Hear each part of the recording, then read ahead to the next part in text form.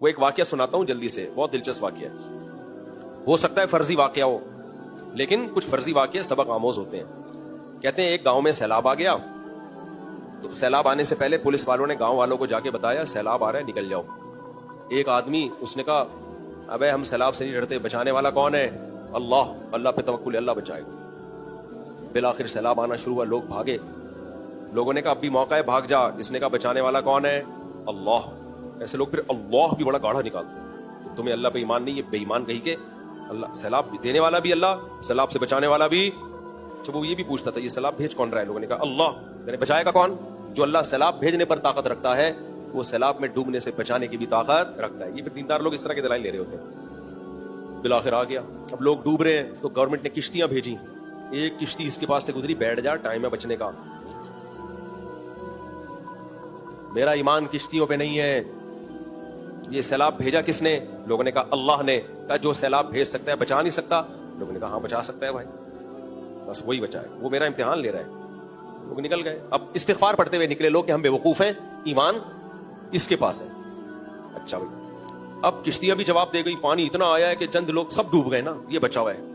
ہیلی copter بھیجا حکومت نے, سیڑھیاں پھینکی, ابھی بھی ٹائم ہے, لٹک جا, بچ جائے گا. اس نے کہا زور سے سیلاب بھیجا کس نے ہے؟ اللہ نے. بچانے والا کون ہے؟ اللہ.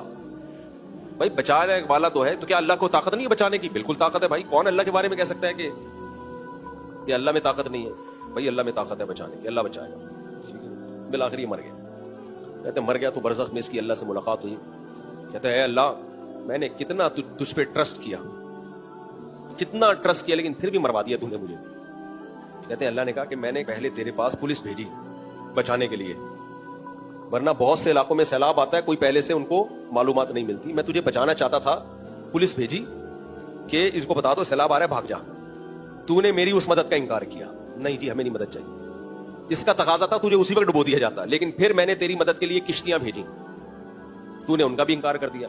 پھر میں نے تیری مدد کے لیے ہیلی کاپٹر سے رسیاں لٹکوائیں. تجھے خود ہی موت میں گھسنے کا شوق ہے, تو کون بچائے گا بھائی تجھے پھر؟ تو یہ مطلب اللہ جب بچاتا ہے تو اللہ ذرائع اور وسائل کے ذریعے ہی بچاتا ہے. مجھے یاد ہے نا, ایک صاحب نے مجھ سے پیسے مانگے, میں نے کہا یار میں تو قرضہ ورضہ دیتا نہیں بھائی, کسی کو قرضہ دو, غائب بندہ. کہہ رہے اللہ نے چاہا تو واپس کر دوں گا. میں نے کہا اگر اللہ نے نہیں چاہا تو؟ نہیں, اللہ نے چاہا تو تیرا باپ بھی واپس کرے گا, لیکن مجھے یہ پتا کون بتائے گا, مجھے کون شورٹی دے گا کہ اللہ چاہے گا بھی کہ نہیں چاہے گا؟ میں نے تجھے پیسے دیے یہ سوچ کے کہ اللہ نے چاہا تو واپس دے دے گا, اور تو نے واپس نہیں دیے. اب میں اللہ سے قیامت کے دن بولوں اللہ میں نے تو تجھ پہ ٹرسٹ کیا تھا, میں نے تو سوچا تھا تو چاہے گا تو دے دوں گا میں, تو اللہ کیا جواب دے گا؟ بھائی میں چاہتا تو یقیناً دے دیتا, لیکن تجھے کس نے بتایا تھا کہ میں چاہوں گا بھی؟